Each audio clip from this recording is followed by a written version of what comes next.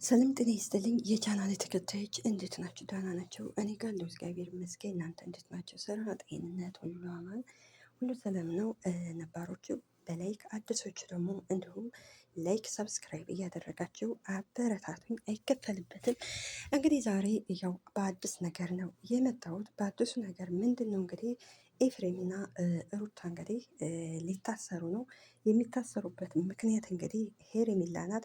ሄርሜላ እንግዲህ ያለ ስሜን እያጠፉት ስለሆነ ስለዚህ ከእንግዲህ በኋላ የሆነ ነገር ቢናገሩ ሁለቱንም አሳስራቸዋለሁ ብላ እንግዲህ ለዴብ እንግዲህ ሽምግልና ልካለይ። ኤፍሬምም ደግሞ እኔ ምንም ነገር ያደረግኩት ነገር የለም ከወንድሜ ጎን ነው የሆንኩት። ስለዚህ እሱ እንግዲህ ከዚህ ቀደም ማደርግ ያው እራሱ ነው ወደ ሩታም ፈልጎ መጥቶ የነበረው እኛ አይደለንም። ስለዚህ እኛ ምንም ጥፋት የለብንም። እኔ ከወንድሜ ጎን ነኝ የሆንኩ የነበርኩ። ስለዚህ እሱንም ማውራት አይጠበቅብኝም ነው ያለው። ምክንያቱም እንግዲህ እነሱ ሄርሜላ የምትከሳቸው ምክንያት ምንድን ነው? እንግዲህ ያው ስሟን ስለሚያጠፉ ነው። እንግዲህ ሄርሜላ ናት ይህን ነገር ያደረገችው፣ ሄርሜላ ናት አብርሽ እንዲሆን ያደረገችው እያሉ እንግዲህ ከነ ግብረ አበራቸው እንግዲህ ያለ ስም ስለሚሰጧት ነው። ለዛ ነው እንግዲህ ዴብ እንግዲህ ያው እንደ ታላቅ ወንድም እንግዲህ አርፈ ተቀመጥ፣ የሰው ህይወት አትበጥብጥ እያለ የሚነግረው ነው። ኤፍሬም ደግሞ እንግዲህ እኔ አሁን ላይ ምንም ነገር ያደረግኩት ነገር ነው ያለው። እንግዲህ ለዛ ነው ባለፈው አይታቸው እንደሆነ እንግዲህ አስቀድሞ አብርሃምን ሚስጥሩን ያው ይቅርታ ማለት ስለነበረበት እንግዲህ ይህን ነገር ሳደርግ የነበረው ላንተ ወደ ትዳርህ እንድትመለስ ብዬ ነው። እኔ ምንም ጥፋት ያጠፋሁት የለም ሲል አብርሽም አይታቸዋል። እሱን አሁን እኔ አልጠየኩም፣ መጠየቅ ከፈለኩ እኔ ሌላ ጊዜ እጠይቅሃለሁ ነበር ያለው። እና ስለዚህ መጀመሪያው ያውም ሄርሜላን እንግዲህ ይሄ ኤፍሬም አይታቸዋል። ወደ ቤቷ ሂዶ እንግዲህ ፎቶውን አውልቂ አውርጂ፣ አብርሽ ከእንግዲህ በኋላ አይመጣም እያለ ከዛስ ምን ቀጠለ? በጣም ቆንጆ ነሽ፣ ታምሪያለሽ፣ ስለዚህ ብዙ ወንድ እኮ ይፈልግሻል እያለ እንግዲህ አንድ አይሉ ሁለቴ ሶስቴ እንደዛ ሲያደርግ ነበረ። እንዲሁም አንድ ጊዜ አይታቸዋል። እንግዲህ ቡዜ እንግዲህ ደርሳ ነበር። እንግዲህ እንደዛ ሲሆን ቡዜ በጣም ነበረ የተናደደችበቱ። እንግዲህ ከዛ በኋላም እንግዲህ ያለው አማራጭ እንግዲህ አብርሽን እንግዲህ ማንነቱን ሲያውቅ አብርሽን ይዞ መጥቶ ሰዓቱን መልሷል። ሰዓቱን ውሰጂ፣ እንግዲህ በኋላ አብርሽን አታገኙም፣ አብርሽና ሩታ ወደ ሀገር ሊወጡ ነው ብሎ እንደዛ እሷን ሲያስለቀሳት ያለ ስሟ ሲሰጣት እሷም ምንም ነገር አልተናገረችው። ምክንያቱም አብርሽ እንደታመመ ስለገባቱ ቀጠለ። ከዛ በኋላ ነይ ቶሎ እፈልግሻለሁ አለና እንደገና አሁንም ሌላ ነገር በጣም እኮ ቆንጅዬ ነሽ፣ ለምንድን ነው አብርሽ ህይወት እማትወጪ? ለምን ራስሽን እንደዚህ ታደርጊያለሽ? አብርሽ እኮ ተመልሶ ወደ አንቺ አይመጣም ይልና በጎን ደግሞ አንቺን ደግሞ ይቅርታ ልልሽ ነው ሊበላ፣ አንቺን ማንም የሚፈልግሽ የለም እያለ እንግዲህ በሶሻል ሚዲያ እንደዛ ሲያደርጋት እንግዲህ እሷ ያው የአብርሽ ጤንነት ይቀድማን ብላ ምንም ነገር አልተናገረችውም ነበር። ከዛ በኋላ እንግዲህ ሲያደርግ የነበረውን በሙሉ እንግዲህ እሷ በትዕግስት አልፈው ነበረ። አሁን ደግሞ እንግዲህ አቶ አብርሽ ወደ ራሱ ሲመለስ እንግዲህ ያው ሁሉን ነገር ወደ እሷ ነበር ያላከኩት፣ እሷ ናት ብለውን ነበር። እንግዲህ አብርሽ ደግሞ በራሱ መንገድ እንግዲህ ያው እየደረሰበት ነው። ነገር ግን ያውም ጎበዝ ናት፣ ታግዛለች። እኔ በሩታ እንዳልኳቸው ሴት ስለሆነ አትፈርድባትም። ያው ኤፍሬም ነው፣ ይህን ሁሉ ኤፍሬም ነው፣ ቤቷ ድረስ እየሄደ የሚረብሸው ኤፍሬም ነው፣ ፎቶ ሲያወርድ የነበረው ኤፍሬም ነው፣ ከዛ በኋላ ፀጉሯን የሚያሻሸው ኤፍሬም ነው። ሁሉም ነገር ሲያደርግ የነበረው ኤፍሬም ስለሆነ እንግዲህ ለዛ ነው እንግዲህ ዴብ ዛሬ ያው ለመጨር ማስጠንቀቂያ፣ አርፈው የራስህን ህይወት ኑር፣ ስለዚህ ስሟን ያለ ስሟ እያጠፋችኋት ስለሆነ ልትከሳችሁ ነው ያለው። እንግዲህ ኤፍሬም እንግዲህ እንደባለፈው አሁን ደህና ነው። አሁን ወደ አብርሽ ወደ ራሱ ስለተመለሰ ቀዝቀዝ ብሏል። ባለፈው አይታቸዋል እህትና ወንድሙ ሲናገሩት እንዴት ነበር የሚለው። አሁን ግን ትንሽ ቀዝቀዝ ነው ያለው። ያው ዴብም ደግሞ ታላቅ ወንድም ስለሆነ እንግዲህ ወንድሙን ትጎዳበት ስለማይፈልግ ነው እንግዲህ እንደዚህ የሚያደርገው። ዴብ ልክ ነው። አብርሽ መርጦ ወዶ ፈቅዶ ያገባትን ሴት በፍጹም እሷን አታገባም፣ ከሌላ ሰው ጋር ነው የምትሆነው ምናምን ማለት የለበትም። ስለዚህ ባለቤቱ ወዶ ፈቅዶ ከሄደ ሄደ ነው አይደለ? የሰውን ህይወት በግዴታ ልታኖሩት አትችሉም። እና ስለዚህ ማነው ኤፍሬም አዎ ትንሽ መቆንጠጥ አለበት። እሱ ብቻ ሳይሆን ደግሞ ሌላ ሰው ደግሞ ቆንጠጥ ሲያደርገው እንግዲህ ያለ ስራዋ እንግዲህ ሄርሜላ ናት ያስደበደበችኝ ብሎ ነበረ።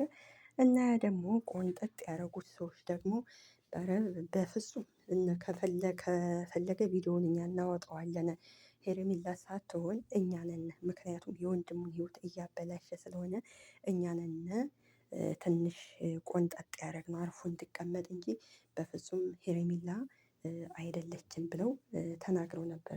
ያን የሚያደርገው እንግዲህ ኤፍሬም ሄርሜላ በሶሻል ሚዲያ ተጣልታ ከሶሻል ሚዲያ እንድትርቅ እንዲሁም ደግሞ በአብርሽ ተስፋ ቆርጣ አገር ለቃ እንድትሄድ አብርሽን እንድትተው እንደዛ ነበር ሲያደርግ የነበረው። ነገር ግን አልተሳካለትም። እሷም ምክንያቱም እንግዲህ እሷ እንዳልኳቸው በትዕግስት እየጠበቀችው በትዕግስት መቼም ይድናል፣ ወደ ማንነቱ ይቀየራል ብላ ነበር። እንግዲህ ያው እንዳለችውም ውሳኔውን ባናውቅም ያም ሆነ አብርሽ አሁን ወደ ማንነቱ እየተመለሰ ነው። ስለዚህ ኤፍሬም አሁን ላይ ሄርሜላ ሄርሜላ እያለ ስሟን ከሚያጠፋ የራሱን ህይወት እንደ ጓደኞቹ የራሱን ህይወት ይኖር።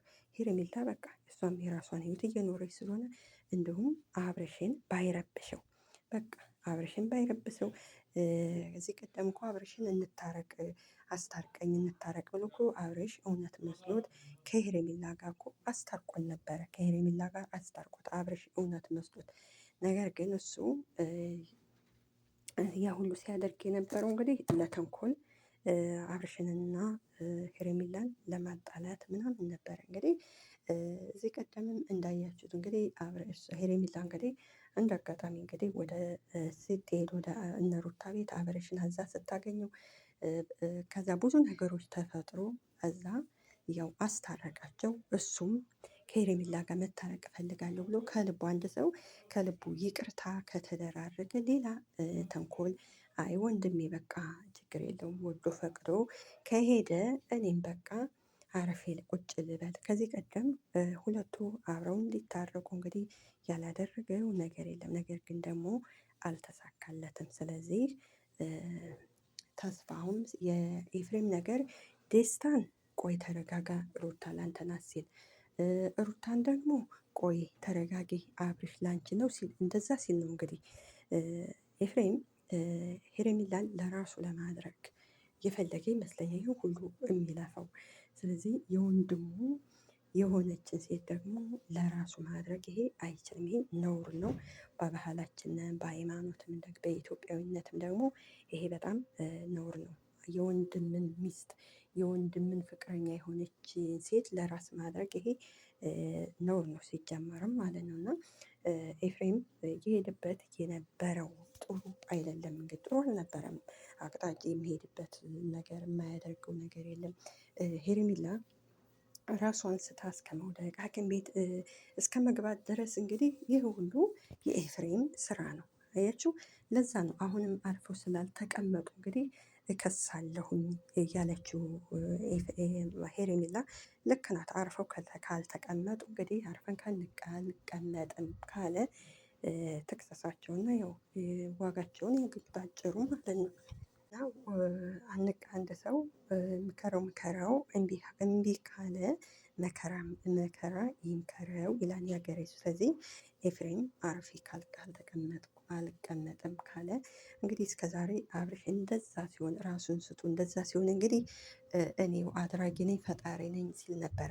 ነገር ግን ባለፈው አይታችሁ እንደሆነ እንግዲህ ኤፍሬምን አብርሽን ሲያገኙ ወይ መተንፈስ እኔ ላንተ ብዬ ነው ያ ሁሉ ሳደርግ የነበረው ይቅርታ አድርግልኝ ምንም ያደረግኩት ነገር ምናምን ሲል የነበረው ያው ምንድን ነው የሚባለው ምን ያለበት ምን አትችልም የሚባለው። ስለዚህ ያው እንትኑ ነገሮቹ አብረሽ ቀስ በቀስ ሁሉን ነገር ስለሚያውቅ ለዛ ነው አስቀድሞ እየጠየቀው። ስለዚህ ሰው ሆኖ የማያጠፋ የለም፣ የማይሳሳት የለም። ከባለፈው ተምሮ አሁን የራሱን ህይወት ይኑር። አብርሽም እንግዲህ ከፈለገ ከሄርሜላ ጋር ከፈለገ ከሩታ ጋር ይቀመጥ። ስለዚህ እሱ የሚያገባው ነገር የለም። ከፈለገ ደግሞ ከሌላ ሴት ጋርም ይኑር። ኤፍሬም የራሱን ህይወት ነው መኖር ያለበት እንጂ የሰው ህይወት መበጥበጥ ለእኔ ተገቢ አይደለም። ሄርሜላ ጥፋት የለባትም። አፍቃሪ ስላፈቀረች ነው ጥፋቱ፣ ይሄ ብቻ ነው። እና እናመሰግናለን። ላይክ ሰብስክራይብ በማድረግ ቅመሞች ይሄ አበረታቱኝ። መልካም ቆይታ